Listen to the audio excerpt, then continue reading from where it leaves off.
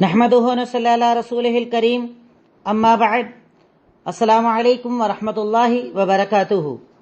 الحمدللہ دعوت و تبلیغ یا دعوت دین کی جو ہماری یہ کلاسز چل رہی ہیں اس کی آج کلاس نمبر 5 ہے، اور اس میں ہمارا ٹاپک چل رہا ہے داعی کے اوصاف یا داعی کی خاصیتیں پارٹ 2۔ کل میں نے نمبر 1 پارٹ آپ کے سامنے بیان کر دیا، جس میں نے ذکر کیا کہ اگر کوئی انسان داعی ہے، دین کی دعوت کا کام کرتا ہے، تو اس کے اندر کچھ صفات، کچھ خاصیتیں ہونا چاہیے جس سے وہ پہچانا جائے کہ وہ اللہ کے دین کا داعی ہے، اور ان خاصیتوں کی وجہ سے لوگ اس کی باتوں کو سنتے ہیں، قبول کرتے ہیں، جن کا ذکر میں نے آپ کے سامنے کل کیا۔ اس میں نے بتایا نمبر 1 اخلاص، نمبر 2 جو بولے اس پر خود عمل کرے، نمبر 3 علم کا ہونا، نمبر 4 صبر، نمبر 5 شکر، نمبر 6 اسٹیپ بائی اسٹیپ دعوت دینا، نمبر 7 اچھا انداز۔ یہ 7 باتیں میں نے آپ کے سامنے کل بیان کی تھی۔ آج پوائنٹ نمبر 8، داعی وہ داعی کامیاب داعی ہے یا وہ داعی اللہ تعالیٰ کی نظر میں بہتر ہے کہ جس کے دعوت کے اندر، وہ جس کو دعوت دے رہا ہے، جس کو اردو کے اندر مدعو کہا جاتا ہے، مدعو کی بھلائی وہ چاہتا ہو، مدعو کی بھلائی چاہتا ہو۔ یعنی اگر میں دعوت کا کام کر رہا ہوں تو میری دعوت کا مقصد، میرے دین پہنچانے کا مقصد یہ ہونا چاہیے مدعو کی خیر خواہی، مدعو کی بھلائی، جس کو دعوت دی جا رہی ہے اس کی بھلائی میرا مقصد ہونا چاہیے۔ میرا مقصد، میری دعوت، میرا دین کا کام کرنا، میرا محنت کرنا، تو داعی وہ بہترین داعی ہوتا ہے کہ جس کا مقصد ہوتا ہے مدعو کی خیر خواہی یا بھلائی۔ میں دعوت اس لیے دے رہا ہوں کہ جس کو میں دعوت دے رہا ہوں وہ جنتی بن جائے، جہنم سے بچ جائے، اللہ کی رضا پر آ جائے، عذاب قبر اور عذاب جہنم سے محفوظ ہو جائے۔ یہ میری دعوت کا مقصد ہونا چاہیے کہ میں سامنے والے کی خیر خواہی چاہوں، اس کی بھلائی چاہوں، جیسا کہ میرے اور آپ کے نبی سورہ کہف آیت نمبر 6 اللہ تعالیٰ ارشاد فرماتا ہے فَلَعَلَّكَ بَاخِعٌ نَفْسَكَ عَلَىٰ آثَارِهِمْ إِن لَّمْ يُؤْمِنُوا بِهَٰذَا الْحَدِيثِ آسَفًا۔ کہ اللہ کے نبی صلی اللہ علیہ وسلم، آپ ان کفار مکہ کے پیچھے اتنے پریشان ہوتے ہیں دعوت دے کر، ایسا لگتا ہے کہ اگر یہ ایمان نہ لائیں گے تو آپ اپنے آپ کو ہلاک اور برباد کر لیں گے۔ ان کی بھلائی کے لیے، ان کی جنت کے لیے، ان کو جہنم سے بچانے کے لیے، ان کو عذاب قبر سے بچانے کے لیے اللہ کے نبی رات دن لگے رہتے تھے، بار بار ان کو دعوت دینا، ان کے علاقوں میں جانا، ان کے محلوں کے اندر جانا، ان کے میلوں کے اندر جانا اور انہیں دین کی دعوت دینا، یہاں تک کہ اللہ تعالیٰ یہ کہہ دیتا ہے، اللہ تعالیٰ نے ارشاد فرما دیا کہ لگتا ہے کہ اگر وہ ایمان نہ لائیں گے تو غم کے مارے آپ اپنے آپ کو کہیں ہلاک نہ کر لیں۔ آپ اتنے پریشان ان لوگوں کے پیچھے رہتے ہیں، تو اگر آج آپ اور ہم داعی ہیں تو ہمارے اندر بھی مدعو کے لیے، جن کو ہم دعوت دے رہے ہیں ان کے لیے یہی جذبہ ہونا چاہیے۔ ہم اتنی تڑپ رکھیں ان کے لیے، ہم اتنا تڑپیں ان کے لیے جیسے میرے اور آپ کے نبی تڑپتے تھے کہ دن میں دعوت دیتے تھے اور رات میں رو رو کر اللہ سے دعائیں مانگتے تھے۔ ہم بھی دعا مانگے کہ اللہ رب العالمین، میں نے فلاں کو دعوت دی، میں نے ابا کو دعوت دی، میں نے امی کو دعوت دی، میں نے اس کو اس کا دین کی طرف بلایا، اے اللہ رب العالمین تو سب کو ہدایت کا راستہ دکھا دے، اے اللہ تو نے توحید بتا دے، اے اللہ تو نے شرک و بدعت سے دور کر دے۔ یعنی میں مدعو کے لیے پریشان رہوں، دن بھر دعوت دوں اور رات میں اٹھ کر اللہ تعالیٰ سے دعائیں بھی مانگوں۔ آپ جانتے ہیں نا اللہ کے نبی صلی اللہ علیہ وسلم کے بارے میں نے آپ کو بتایا کہ انہوں نے دعاؤں کے اندر 2 عمر میں سے ایک عمر مانگا تھا، یا تو ایک عمر جس کو بعد میں ابو جہل کہا گیا وہ عمر، یا عمر ابن خطاب، اللہ دونوں میں سے کوئی ایک دے دے۔ اللہ نے عمر ابن خطاب دے دیا۔ یعنی اللہ کے نبی مدعو کے لیے دعائیں مانگا کرتے تھے، ان کی بھلائی چاہا کرتے تھے، ان کی بھلائی کے لیے کوششیں کیا کرتے تھے۔ ہم کتنی کوشش کرتے ہیں؟ ہم کتنی طلب رکھتے ہیں؟ ہم کتنی تڑپ رکھتے ہیں؟ ہماری دعوت کا مقصد کیا ہے؟ ہمیں اس مقصد کو ہمیشہ چیک کرتے رہنا چاہیے، تو دعوت کے اندر آدمی کے اثر بھی پیدا ہو جاتا ہے اور دعوت کو اللہ رب العالمین قبول بھی فرما لیتا ہے۔ پوائنٹ نمبر 9، ہمیشہ دعوت کے اندر نرم زبان کا استعمال کیا جائے، نرمی والی زبان استعمال کی جائے۔ جب آپ کسی سے بات کریں، جب آپ کسی کو دعوت دیں، چاہے ایک آدمی سامنے شرک کر رہا ہے، کھلا شرک کر رہا ہے تب بھی، ایک آدمی بدعت کر رہا ہے، کھلی بدعت کر رہا ہے تب بھی، ایک آدمی آپ کے سامنے گناہوں کے اندر ملوث ہے تب بھی، ہر حال کے اندر ایک مومن وہ، ایک داعی وہ، اللہ تعالیٰ کو راضی کرنے والا وہ، کہ اس حال کے اندر بھی اس کی زبان کے اندر سختی نہ آئے، وہ نرمی والی زبان استعمال کرے، وہ نرمی کے ساتھ بات چیت کرے، وہ نرمی کے ساتھ اللہ تعالیٰ کو راضی کرنے کی کوشش کرے اور بندوں کو دعوت دے، جیسا کہ میرے اور آپ کے نبی کے بارے میں اللہ تعالیٰ قرآن کریم سورہ آل عمران آیت نمبر 159 کے اندر ارشاد فرماتا ہے، وَلَوْ كُنْتَ فَظًّا غَلِيظَ الْقَلْبِ لَانفَضُّوا مِنْ حَوْلِكَ، اے سید المرسلین، اگر آپ کی زبان کے اندر سختی ہوتی اور آپ کا دل سخت ہوتا تو یہ جو آپ کے آس پاس بھیڑ نظر آ رہی نا، یہ سارے نظر نہ آتے۔ یہ صحابہ کرام کی محبت، یہ صحابہ کرام کا ایمان قبول کرنا، یہ صحابہ کرام کا ہدایت کے راستے پر آنا، یہ صحابہ کرام کا آپ کے لیے جان قربان کرنا، یہ آپ کی زبان کی نرمی کا نتیجہ ہے۔ اگر آپ سخت ہوتے تو یہ سارے بھاگ جاتے، کوئی آپ کے پاس نہ رکتا، کوئی آپ سے بات چیت نہ کرتا، کوئی کوشش نہ کرتا کہ آپ سے سیکھے، پر اللہ کے نبی آپ کی زبان نرم ہے، اس لیے یہ لوگ آپ سے سیکھتے ہیں، یہ لوگ آپ کے پاس آتے ہیں، یہ لوگ آپ کے ہاتھ پر ایمان قبول کرتے ہیں، کیونکہ ان کے اندر آپ صلی اللہ علیہ وسلم کا وہ جذبہ، آپ کی وہ نرمی موجود ہے اور وہ اسے سمجھتے ہیں۔ اگر ہم داعی ہیں، اپنی زبان کو نرم رکھیں، اپنے انداز کو نرم رکھیں، اپنی باتوں کو نرمی سے پیش کریں۔ ہم جانتے ہیں کہ آپ کے پاس سچائی ہے، سامنے والے کے پاس جھوٹ ہے، پر اس کا مطلب یہ نہیں کہ آپ کی زبان میں سختی آ جائے، کیونکہ میرے اور آپ کے نبی نے نبی ہونے کے بعد، سید المرسلین ہونے کے بعد بھی، انبیاء کے سردار ہونے کے بعد بھی، ہر مقام اور مرتبہ ہونے کے بعد بھی ہمیشہ نرمی کا استعمال کیا، کبھی آپ نے سختی کے ساتھ بات نہ کی۔ آپ نے تو دشمنوں سے بھی نرمی استعمال کی۔ کتنے واقعات آپ کی سیرت کے اندر میں کئی تو آپ کو بیان بھی کر چکا ہوں کہ سیرت بھری پڑی ہے۔ ایک مرتبہ ایک دیہاتی آیا، مسجد کے اندر پیشاب کرنے لگا، صحابہ کرام چلانے لگے، اللہ کے نبی نے کہا چھوڑ دو، مت کرو، مت چلاؤ۔ جب پیشاب کر لی، کہا ڈول بھر کے پانی ڈال دو، صاف کر دو اس جگہ کو۔ بلایا اپنے پاس اور کہا میرے بھائی، یہ اللہ کا گھر ہے، یہ مسجد ہے، یہ عبادت کے لیے، قرآن کی تلاوت کے لیے ہے، یہاں پر پیشاب نہیں کی جاتی۔ وہ کہتا ہے اللہ کی قسم، میں نے محمد الرسول اللہ جیسا سکھانے والا نہیں دیکھا۔ زبان نرم، انداز نرم، بات چیت نرم، کبھی کسی پر سختی نہ کرنے والے، یہ میرے اور آپ کے نبی محمد الرسول اللہ صلی اللہ علیہ وسلم تھے، اور ہم انہی کے تو امتی ہیں نا، انہی سے تو محبت کے دعوے دار ہیں نا، ان کے جیسی زندگی بنانا ہم بھی چاہتے ہیں نا۔ اور خاص طور پر ہم جب دعوت کے راستے میں ہیں، دین پھیلانے کے راستے میں ہیں، دین کی دعوت دینے کے راستے میں ہیں، تو ہم زبان کا بہت زیادہ خیال رکھیں، جو لوگ رکھتے نہیں ہیں۔ گھر میں ہدایت پر آئے، میں نے کل بھی کہا تھا، آپ ہدایت پر آ گئے، فوراً فائرنگ شروع کر دیں گے، فتوے لگانا شروع کر دیں گے، اس کو جنتی اس کو جہنمی بنانا شروع کر دیں گے۔ ارے یہ اللہ کا اختیار ہے کہ جنت کس کی جہنم کس کی، آپ فتوے نہ لگائیے، آپ بس صحیح اور غلط بتائیے، اور آپ نرمی کے ساتھ بتائیے، نرم انداز کے ساتھ بتائیے، تو اللہ رب العالمین آپ کی باتوں کو انشاءاللہ قبول فرمائے گا اور آپ کی دعوت کو بھی انشاءاللہ قبول فرمائے گا۔ پوائنٹ نمبر 10، سچائی۔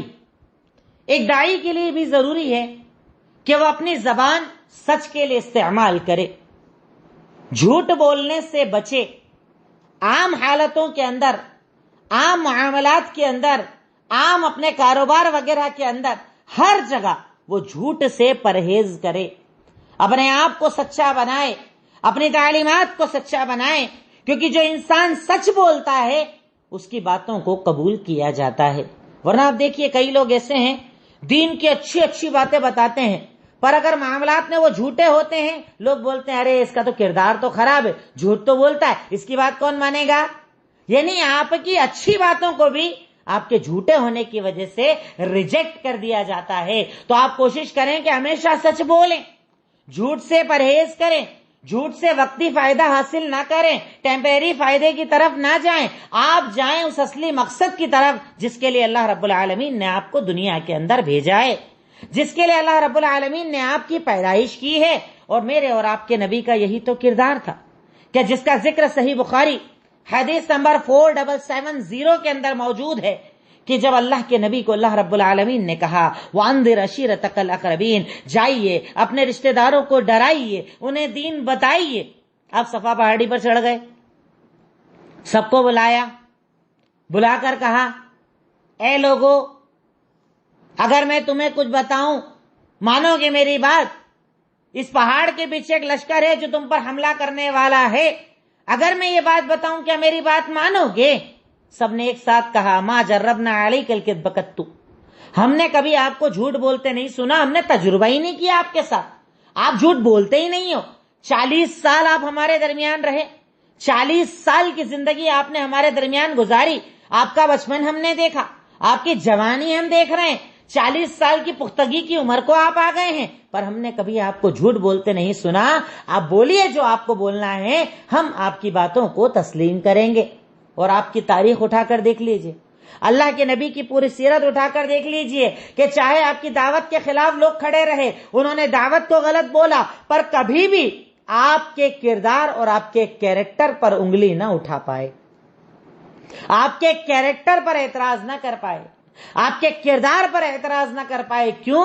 کیونکہ آپ نے اپنے کردار کو انتہائی زیادہ سچا اور امانت دار بنایا تھا، اور یہی وجہ تھی کہ مکہ والے آپ کو صادق اور امین کے نام سے پکارا کرتے تھے کہ سچا آ گیا، امانت دار آ گیا. وہ آپ کو سچا اور امانت دار بول کر پکارا کرتے تھے کیونکہ اللہ کے نبی صلی اللہ علیہ وسلم نے اپنی زندگی کے اندر جھوٹ کا سہارا نہ لیا، سچائی پر جمے رہے، سچائی کو استعمال کیا، جھوٹ سے پرہیز کیا، اور اسی لیے اللہ رب العالمین نے آپ کو قبول کیا، آپ کی دعوت کو قبول کیا، اور اسی لیے صحابہ کرام نے آپ کی باتوں کو تسلیم کیا اور آپ کے ساتھ ہجرتیں کی، آپ کے ساتھ مدینہ آئے، مدینہ رہ کر آپ کے ساتھ غزوات کیے، کیونکہ انہیں آپ کی سچائی پر یقین تھا، آپ کی باتوں پر یقین تھا، آپ پر اعتماد تھا. آج وہی بھروسہ، وہی اعتماد اگر آپ پیدا کرنا چاہتے ہیں لوگوں کے دلوں کے اندر، تو آپ کو اپنے آپ کو سچا بنانا ہوگا. نیکسٹ پوائنٹ نمبر 11، اللہ پر مضبوط بھروسہ، یا اسے آپ توکل بھی لکھ سکتے ہیں. اللہ پر مضبوط بھروسہ، یا آپ اسے توکل بھی لکھ سکتے ہیں، کہ ایک داعی کے اندر بنیادی صفت، بنیادی کوالٹی، ایک بہت اہم خاصیت یہ بھی ہونا چاہیے کہ وہ اللہ تعالیٰ کی ذات پر مکمل بھروسہ کرے، توکل کرے. جب دعوت کے راستے پر چلے تو اللہ تعالیٰ پر پورا یقین اور بھروسہ رکھے کہ اگر میں دعوت کا کام کروں گا، اگر میں دین پھیلانے کا کام کروں گا، اگر میں دین کا داعی بنوں گا تو اس راستے میں تکلیفیں آئیں گی، پر دنیا ایک طرف ہو جائے، میرا رب بچانے پر آ جائے تو دنیا میرا کچھ نہیں بگاڑ پائے گی. اسے کہا جاتا ہے توکل، اسے کہا جاتا ہے بھروسہ. وہ بھروسہ جو اللہ رب العالمین نے اپنے نبی کے دل کے اندر پیدا کرتے ہوئے ارشاد فرمایا سورہ مائدہ آیت نمبر 67. اللہ تعالیٰ نے جب آپ کو تبلیغ دین کا حکم دیا، دین پھیلانے کا حکم دیا، تو ارشاد فرمایا یا ایھا الرسول بلغ ما انزل الیک من ربک، اے رسول سنیے، اللہ تعالیٰ نے جو آپ پر دین نازل کیا ہے اسے لوگوں تک پہنچا دیجئے.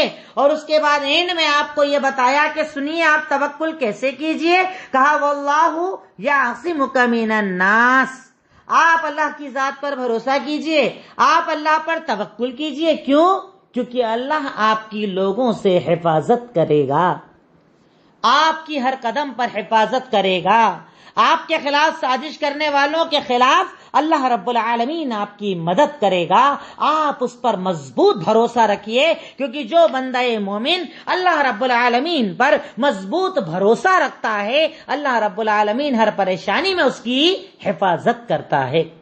اللہ کے نبی کی پوری زندگی اٹھا کر دیکھ لیجئے، دعوت کی زندگی اٹھا کر دیکھ لیجئے، کیا قدم قدم پر اللہ نے مدد نہ کی؟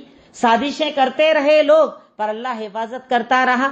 جب آپ مکی دور کے اندر تھے، آپ کو مارنے کی سازش کر لی گئی، قبیلے کے سردار گھر کے باہر کھڑے کر دیے گئے، پر اللہ تعالیٰ کا وعدہ تھا کہ میں آپ کی حفاظت کروں گا، آپ توکل رکھیے، بھروسہ رکھیے. اللہ نے کہا ایسا کیجئے، ہاتھ میں ریت لیجئے یا مٹی لیجئے اور دعا پڑھتے ہوئے بیچ سے نکل جائیے، کوئی آپ کو دیکھ نہیں پائے گا. اللہ اکبر. اور کوئی آپ کو دیکھ نہ سکا. بدر میں اللہ نے حفاظت کی، احد میں اللہ نے حفاظت کی، خندق میں اللہ نے حفاظت کی، حدیبیہ میں اللہ نے حفاظت کی، فتح مکہ میں اللہ نے حفاظت کی، اور یہ بتایا کہ انجام ہمیشہ اچھوں کا ہوتا ہے، انجام ہمیشہ توحید پرستوں کا ہوتا ہے، انجام ہمیشہ اللہ کو ماننے والوں کا ہوتا ہے۔ اس لیے دعوت دین کے راستے پر رہنے والے کو اللہ کے سوا کبھی کسی سے نہیں ڈرنا چاہیے۔ آپ دین بتا رہے ہیں، آپ کو ایسا لگتا ہے دین بتانے سے میرا کاروبار خراب ہو جائے گا، مطلب آپ کا اللہ پر بھروسہ نہیں ہے۔ آپ دین بتا رہے ہیں، آپ کو لگتا ہے میری نوکری چلے جائے گی، مطلب آپ کا بھروسہ اللہ پر نہیں ہے، کیونکہ کاروبار کا دینے والا اللہ، زندگی موت کا دینے والا اللہ، عزت ذلت کا دینے والا اللہ، دنیا کی ہر طاقت ہر قدرت صرف اللہ کے ہاتھ میں ہے۔ آپ اپنے مشن پر لگے رہیے، حفاظت کرنے والا اللہ ہے، وہ حفاظت کرے گا۔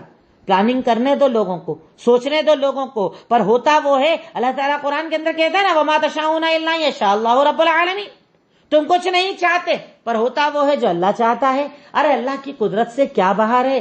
یہ آسمان اللہ کی طاقت میں ہے، یہ زمین اللہ کی طاقت میں ہے، سورج اللہ نکالے تو نکلے ورنہ نکل نہیں سکتا، چاند کو اللہ ڈبا دے تو اگ نہیں سکتا، ان کی روشنی چھین لے تو یہ چمک نہ سکے۔ بارش، دنیا، زندگی، ہر چیز کا نظام جس اللہ کے ہاتھ میں ہے، ہمیں کتنا مضبوط اس پر بھروسہ رکھنا چاہیے۔ تو عام ایمان کی حالت میں تو بھروسہ رکھنا ہی ہے، پر جب آپ داعی ہیں تو آپ اور زیادہ بھروسہ رکھیں۔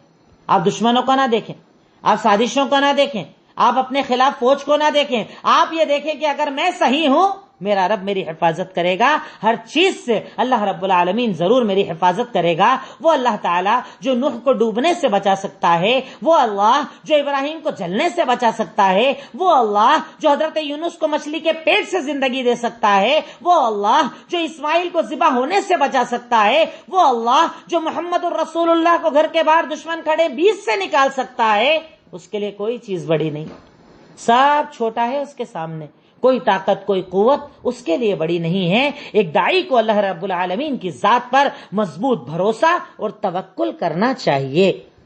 پوائنٹ نمبر 12، لوگوں کے لیے آسانی پیدا کرے۔ ایک داعی کون؟ جو لوگوں کے لیے آسانیاں پیدا کرے، یعنی جب کوئی مسئلہ پوچھا جائے، جب کوئی فتویٰ پوچھا جائے، جب کہیں حلال حرام کی بات آ جائے، جتنا ممکن ہو سکے آسان سے آسان طریقے سے دین کو پہنچایا جائے، جس کی دلیل صحیح بخاری حدیث نمبر 3038۔ اللہ کے نبی نے جب معاذ ابن جبل کو یمن کا گورنر بنا کر بھیجا اور ان کے ساتھ ایک ساتھی کو بھیجا تو ارشاد فرمایا تھا یسر ولا تعسر، لوگوں کے لیے آسانیاں کرنا، لوگوں کے لیے سختی مت کرنا۔ ہمارے یہاں کئی داعی جو جاہل داعی ہوتے ہیں، دین کو نہیں جانتے، وہ سب سے زیادہ کباڑا اسی مسئلے پہ کرتے ہیں۔ کسی نے پوچھا فتویٰ، آدھا علم حاصل کیا ہے، دھڑا دھڑ بتانا شروع کر دیا۔ ایک آدمی پوچھ رہا بھائی میرے پیروں میں بڑا درد ہے، کرسی پر بیٹھ کے نماز پڑھ سکتا ہوں؟ آدھا دین پڑھا، بول دیا حرام، کرسی پر نہیں بیٹھ سکتے۔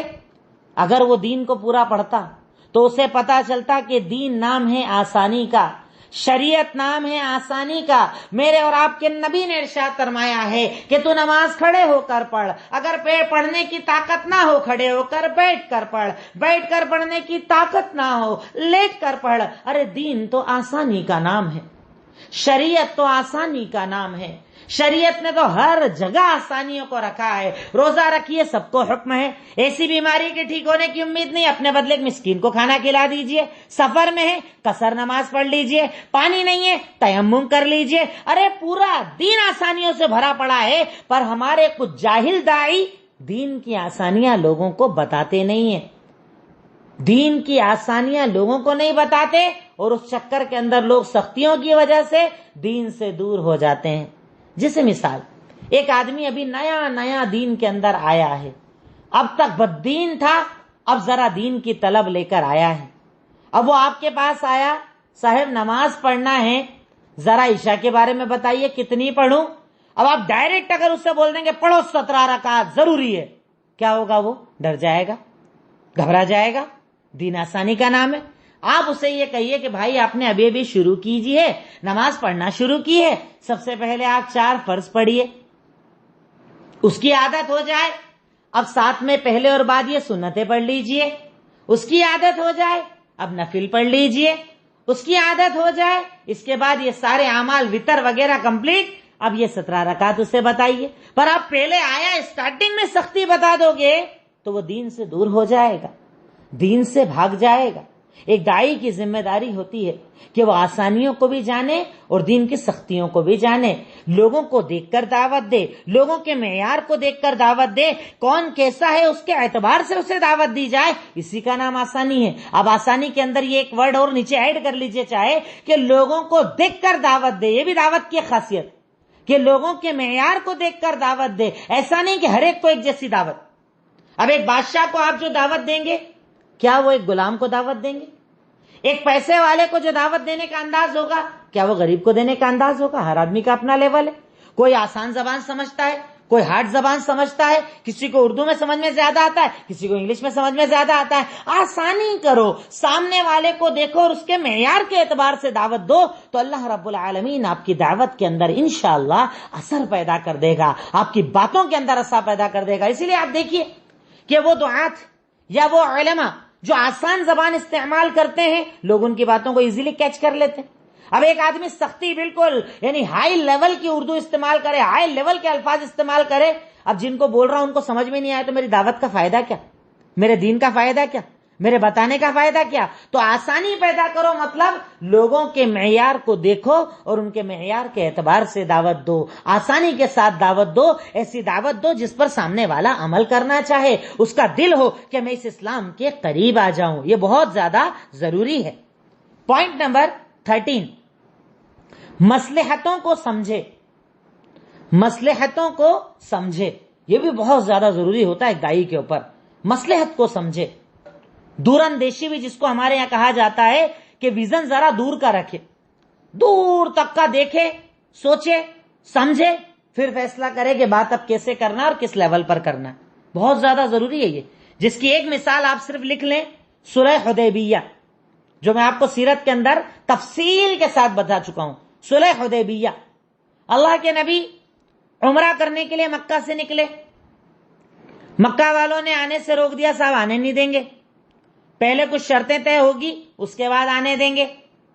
اللہ کے نبی نے شرطیں طے کی، بولے اس سال نہیں کرنے دیں گے عمرہ، کہا ٹھیک ہے، اگلے سال 3 دن رکنے کی اجازت ہے، کہا ٹھیک ہے، 10 سال کے لیے جنگ بندی، کہا ٹھیک ہے۔ اب اللہ کے نبی جو مصلحت، جو ویژن دیکھ رہے تھے وہ عام لوگ نہیں سمجھ پا رہے تھے۔ عمر ابن خطاب کو غصہ آ گیا، تلوار لے کر آ گئے، اے اللہ کے نبی یہ کیا مسئلہ ہے؟ آپ سچے نبی ہو کے نہیں کہا، اللہ سچا ہے کہ نہیں کہا، دین سچا ہے کہ نہیں کہا، پھر یہ کمزوری کیوں، پھر یہ بزدلی کیوں، پھر یہ بزدلی والی بات کیوں؟ کہا جو میں جانتا ہوں تم نہیں جانتے۔ اب مصلحتوں کو دیکھتے تھے، لمبے فائدے کو دیکھتے تھے اور فائدہ ہوا۔ اس وقت آپ نے ذرا سی ٹھنڈک رکھ لی، اب اس کے بعد دیکھیے کتنے لوگ اسلام کے اندر آئے۔ صلح حدیبیہ میں ذرا سی تعداد، فتح مکہ میں ہزاروں کی تعداد۔ کیوں؟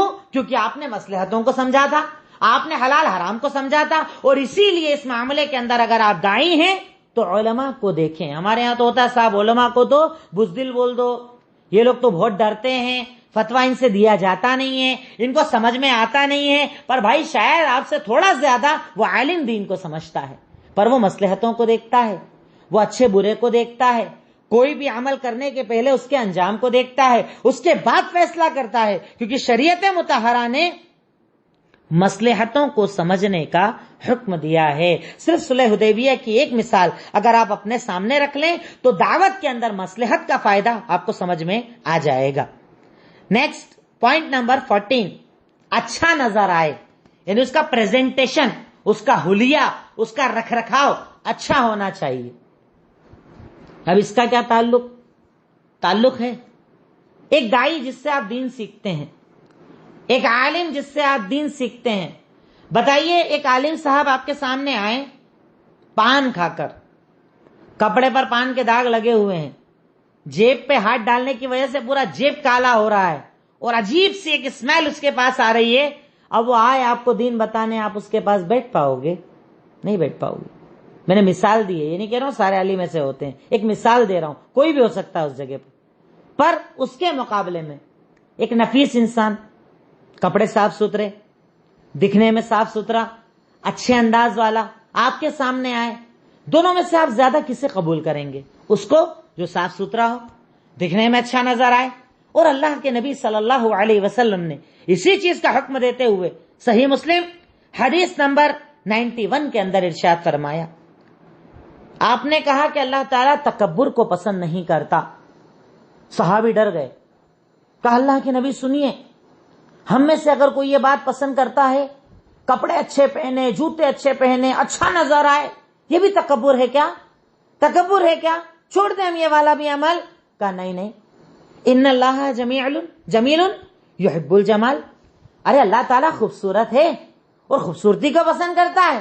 اور دوسری حدیث میں کہا کہ اللہ تعالیٰ جب کسی بندے کو نعمت دیتا ہے نا تو اس کا اثر بھی دیکھنا چاہتا ہے کہ اللہ نے اگر نعمت دی ہے، ٹھیک ہے بھائی، چاہے 3 جوڑ کپڑے دیے ہیں، آپ دھو کر پہن سکتے ہو، صاف ستھرے پہن سکتے ہو. ارے آپ دعوت دینے آئے ہو، اتنا پاکیزہ دین لے کر آئے ہو اور خود گندے بن کر آئے ہو، کیسے کوئی آپ کے قریب آئے گا؟ کیسے آپ کی بات قبول کرے گا؟ کیا میرے اور آپ کے نبی نے اچھے کپڑے نہیں پہنے؟ ارے میں بتا چکا ہوں، سرخ جوڑا تھا آپ کے پاس، کبھی کچھ الگ الگ لباس پہنتے تھے آپ. ہاں ٹھیک ہے، اسراف سے بچیے، فضول خرچی سے بچیے، حد سے زیادہ تجاوز مت کیجیے، پر آپ کا پریزنٹیشن خوبصورت ہونا چاہیے، آپ کو اچھا دکھنا چاہیے، تاکہ جب آپ کسی سے بات کریں، جیسے ایک بہن ہے، بہنوں کو دعوت دینے جا رہی ہے، اب اگر وہ اچھی نظر آئے، اس کا رکھ رکھاو اچھا ہو، کپڑے اچھے ہوں، لوگ اس کے قریب آئیں گے. ایک بھائی ہے، بھائیوں میں دعوت دینے گیا ہے، اچھا نظر آئے، لوگ اس کے قریب آئیں گے، اٹریکشن ہوگا. اور اگر برا نظر آئے، گندا نظر آئے، بدبو آئے، لوگ اس سے دور بھاگ جائیں گے. چاہے باتیں کتنی اچھی کرے، چاہے دعوت کتنی اچھی دے، چاہے دین کتنا اچھا بتائے، پر ایک داعی کے لیے ضروری ہے کہ اس کا ظاہر، یعنی پہلے میں اوپر تو بتا چکا ہوں کہ باطن خوبصورت ہونا چاہیے، اندر سے خوبصورت ہونا چاہیے، پر صرف اندر کی خوبصورتی کافی نہیں، اسے باہر سے بھی خوبصورت دکھنا چاہیے، صاف ستھرے انداز میں رہنا چاہیے، اچھا لباس استعمال کرنا چاہیے. یہ برائی نہیں ہے، یہ تقوی کے خلاف نہیں ہے، یہ دین کے خلاف نہیں ہے، اس کا استعمال بھی ایک داعی کو بہت زیادہ کرنا چاہیے. اس کے بعد پوائنٹ نمبر 15، ایک داعی کو رحیم بھی ہونا چاہیے. رحیم، یا آپ اس کو چاہیں تو لکھ لیں معاف کرنے والا. رحیم، یا ساتھ میں لکھ لیں معاف کرنے والا. یعنی اگر آپ دعوت دے رہے ہیں، آپ دعوت دینے گئے، کسی نے آپ کو برا بول دیا، اب آپ لگے اس کے ریپلائی میں اس کو پھٹافٹ جواب دینے، سارا کام ختم، ساری دعوت ختم، سارا دین ختم. آپ کو اس کے لیول پر نہیں جانا. اور میں اکثر اس میں ایک بات کہتا ہوں، ایک ہوتا ہے جاہل، ایک ہوتا ہے عالم. جاہل وہ جو آپ سے بحث کر رہا ہے، مناظرے کر رہا ہے، بدتمیزی کر رہا ہے، الٹا سیدھا بول رہا ہے، وہ جب تک جاہل ہے جب تک آپ اس کا ریپلائی نہیں دیتے. پر جس دن آپ اس جیسے جاہل بن کر اس کا ریپلائی دینے لگ جاؤ، اس دن دونوں کا لیول ایک ہو جاتا ہے. اور اس دن جانتے ہیں نقصان کب ہوتا ہے؟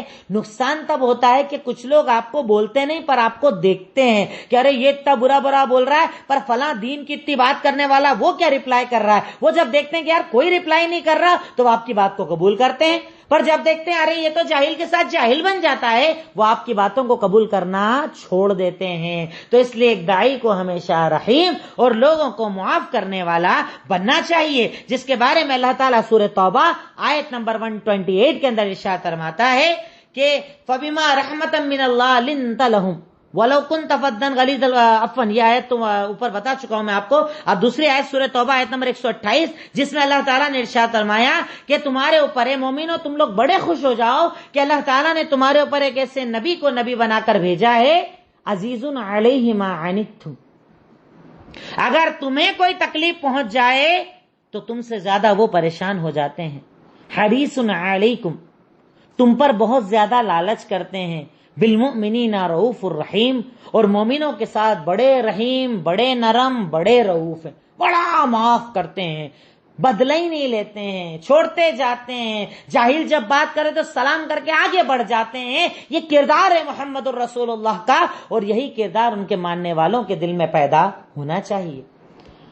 ہمیں اپنے اندر یہی کردار پیدا کرنا چاہیے، ہمیں اپنے اندر یہی صلاحیت پیدا کرنا چاہیے کہ ہم اپنے آپ کو اتنا بہتر بنائیں، ہم اپنے آپ کو اتنا اچھا بنائیں، ہم اپنے اندر اتنی نرمی اور اتنی معافی کا جذبہ لے کر آئیں کہ ہمارے جذبے کی وجہ سے لوگ اسلام کے اندر آ جائیں، لوگ اسلام کی اچھائی سمجھ لیں، لوگ اسلام کی سچائی سمجھ لیں، لوگ ہماری باتوں کو قبول کرنے والے بن جائیں۔ تو اس کے لیے ضروری ہے کہ ہم لوگ اپنے اندر نرمی لے کر آئیں اور لوگوں کو معاف کرنے کا جذبہ اپنے اندر رکھیں، جس سے میرے اور آپ کے نبی کی ساری زندگی بھری پڑی ہے اسی رحمت سے، اسی لوگوں کو معاف کرنے سے۔ اس کی مثالیں چاہیں تو خود آپ لکھ سکتے ہیں، ڈھیروں مثالیں سیرت کے اندر سے آپ نکال سکتے ہیں۔ پوائنٹ نمبر 16، تواضع، جھکاؤ، انکساری، خاکساری، جو ورڈ چاہیں آپ لکھ سکتے ہیں۔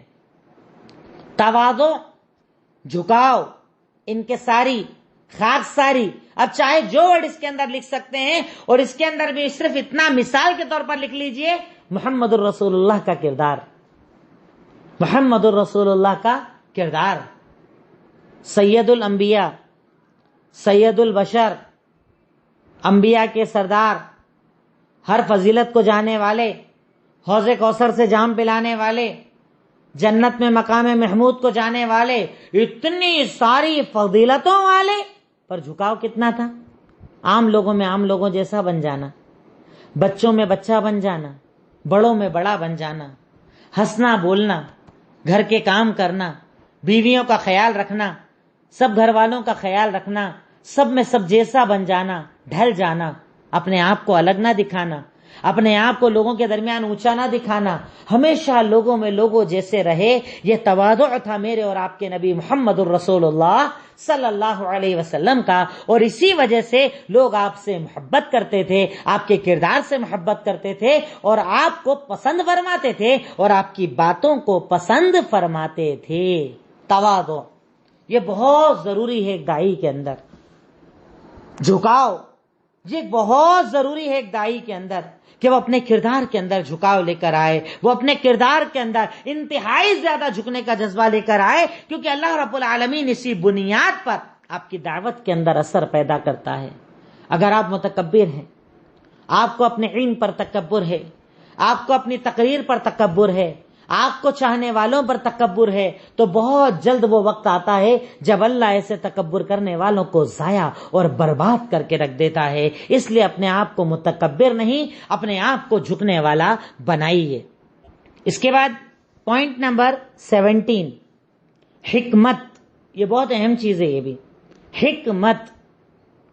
حکمت ایک داعی کے لیے بہت زیادہ ضروری ہوتی ہے، جس کا ذکر اللہ تعالی سورہ نحل آیت نمبر 125 کے اندر کرتے ہوئے ارشاد فرماتا ہے، ادعو الی سبیل ربک بالحکمت والموعظۃ الحسنہ، کہ آپ اللہ کے دین کی طرف لوگوں کو بلائیے حکمت کے ساتھ۔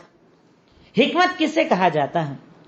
حکمت کہا جاتا ہے کون سی بات کہاں اور کب بولنی ہے، یہ آپ کو پتا ہونا چاہیے۔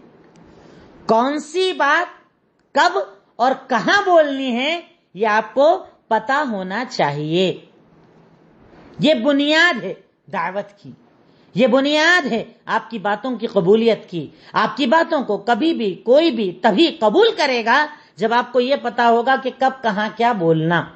ہمارے دیکھیے گا نیا نیا جنون اور جذبہ جب دعوت کا آتا ہے، جذبہ بالکل جوش آ گیا ہے کہ آج دعوت کا کام کرنا ہے، دے محفل میں چالو، ارے تمہارے یہاں تو یہ سب غلط ہوتا ہے، ارے تمہارے گھر ہم لوگ پرسوں آئے تھے، تمہارے یہاں وہ سب باندھا تھا غلط ہے، وہ کہیں بھی شروع ہو جائیں گے۔ حکمت نہیں سمجھتے، انداز نہیں سمجھتے، کب کہاں کیا بات بولنا نہیں سمجھتے۔ جبکہ آپ اسٹیٹس دیکھو تو ان کے اسٹیٹس پر لکھا ہوا ہوتا ہے کہ انسان کو بولنا تو 3 سال کی عمر میں آ جاتا ہے، پر کب کہاں کیا بولنا بڑھاپے تک نہیں آتا۔ اسٹیٹس بھی لگاتے پر خود کو نہیں پتا ہے کب کہاں کیا بولنا۔ حکمت اسی کا نام کہ آپ کو یہ پتا ہو کون سی بات کب اور کہاں اور کیسے بولی جاتی ہے۔ اگر نہیں پتا اس کا مطلب آپ کو دعوت دینا نہیں آتا، آپ کی دعوت قبول نہیں کی جائے گی۔ اور آپ دیکھیے اسی لیے کئی ایسے لوگ جو دعوت دیتے ہیں، بہترین انداز بھی ہے، اچھا بولتے بھی ہیں، دلیلیں بھی یاد ہے، پر کہیں بھی کسی بھی جگہ کچھ بھی بول دیتے ہیں، اس وجہ سے لوگ ان سے نفرتیں کرتے ہیں، ان کی باتیں قبول نہیں کرتے ہیں، ان کی باتوں کو تسلیم نہیں کرتے ہیں۔ جس کی صرف ایک مثال آپ اپنے سامنے رکھ لیجئے، صحیح بخاری حدیث نمبر 1586، صحیح بخاری حدیث نمبر 1586. آپ نے کعبہ کی تصویر کو تو یقیناً دیکھا ہوگا. کعبہ جو آج ہمارے سامنے ہے وہ کیسا بنا ہوا ہے؟ اسکوائر شیپ کے اندر، جبکہ کعبہ اصل میں ایسا نہیں ہے. جب حضرت ابراہیم نے بنایا تھا تو کعبہ اسکوائر شیپ میں نہیں بنایا تھا. ایک طرف سے لائن سیدھی اور جو اس کا اپوزٹ ڈائریکشن ہے وہاں پر گول، جسے اب حتیم کہا جاتا ہے. آپ کعبہ کی تصویر کو جب غور سے دیکھیں گے تو اس کے اندر آپ غور کیجئے گا کہ ایک طرف سے لائن سیدھی اور ایک طرف جانے کے بعد ایک گولا ہے جو کعبہ سے چپکا ہوا ہے، وہ اصل میں کعبہ کے اندر کا حصہ ہے. اسے حتیم کہا جاتا ہے جو کعبہ کا حصہ ہے. پر کعبہ کیا ہوا؟ اللہ کے نبی کے دور کے اندر بارش ہوئی، کعبہ کی دیواریں گر گئی. اب کہا گیا صاحب کعبہ کو دوبارہ بنانا ہے، تو کہا گیا حلال مال لے کر آؤ. سب اپنا حلال مال لے کر آئے. جب بنانا شروع کیا تو دیواریں جب سیدھی چلتی چلتی اس جگہ پر پہنچی جہاں پر آج کعبہ بنا ہوا ہے، پیسہ ختم ہو گیا.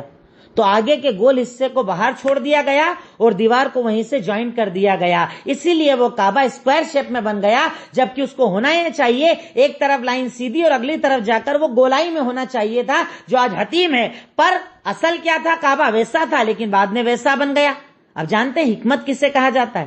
اللہ کے نبی نے صحیح بخاری کی اس روایت کے اندر حضرت عائشہ صدیقہ رضی اللہ تعالی عنہا سے کہا، اے عائشہ سنو، اگر یہ تمہاری قوم نئی نئی مسلمان نہ ہوئی ہوتی نا تو میں کعبہ کو گراتا اور گرانے کے بعد اس کو ویسا بناتا جیسا حضرت ابراہیم نے بنایا تھا. پر میں یہ عمل اس لیے نہیں کرتا کیونکہ اگر میں ایسا کروں گا تو یہ لوگ فتنے کے اندر آ جائیں گے کہ کیسے نبی یہ کعبہ توڑ دیا، یہ کیسے نبی یہ کعبہ گرا دیا، تو یہ لوگ فتنے میں آ جائیں گے، اس لیے میں یہ عمل نہیں کر رہا ہوں. کیا سمجھے باپ؟ حکمت پوری سمجھ میں آ جائے گی اگر یہ حدیث آپ کو سمجھ میں آ گئی کہ اللہ کے نبی صلی اللہ علیہ وسلم نے ایک ایسا عمل جو آپ کر سکتے تھے اس کو بھی اس لیے چھوڑ دیا کہ کہیں لوگ فتنے کے اندر نہ آ جائیں. تو ایک داعی کو بہت زیادہ ضروری ہے یہ سمجھنا کہ کون سا عمل کب کیا جائے، کون سی بات کب کی جائے، کون سی چیز کب کس طریقے سے پیش کی جائے. اگر آپ کو یہ پتا ہے تو آپ ایک اچھے داعی ہیں، اور اگر آپ کو یہ نہیں پتا ہے تو آپ حقیقی معنوں کے اندر داعی نہیں ہیں، دین کے داعی نہیں ہیں. ایک داعی کو پتا ہونا چاہیے کہ کون سی بات بول رہا ہے، کب بول رہا ہے، کس کے سامنے بول رہا ہے، کس انداز میں بول رہا ہے. یہ ساری چیزیں سمجھنے کا نام ہے حکمت، جو ایک داعی کے اوپر لازم ہے کہ اسے اس بات کو سمجھنا چاہیے. اگر وہ اس بات کو نہ سمجھے تو اس کی دعوت ادھوری ہے، اس کا انداز ادھورا ہے، اس کی باتیں ادھوری ہیں، اور ایسے ادھورے علم کو اللہ رب العالمین پسند نہیں فرماتا ہے. تو اس چیز پر ہمیشہ ایک داعی کو غور کرنا چاہیے، سوچنا چاہیے، فکر کرنا چاہیے، تاکہ اس کی زندگی کے اندر تبدیلیاں آ جائے اور اس کے دین کو، اس کی راتوں کو اللہ رب العالمین دین کے لیے قبول فرما لے. اس پر آج ہمارا یہ ٹاپک مکمل ہوا. جو موٹی موٹی چیزیں لگتی تھی مجھے، میں نے جمع کی اور آپ کے سامنے بتائی. اللہ رب العالمین ان تمام باتوں پر ہمیں کہنے سننے سے زیادہ عمل کرنے کی توفیق عطا فرمائے. وآخر الدعوانا ان الحمدللہ رب العالمین. السلام علیکم ورحمۃ اللہ وبرکاتہ.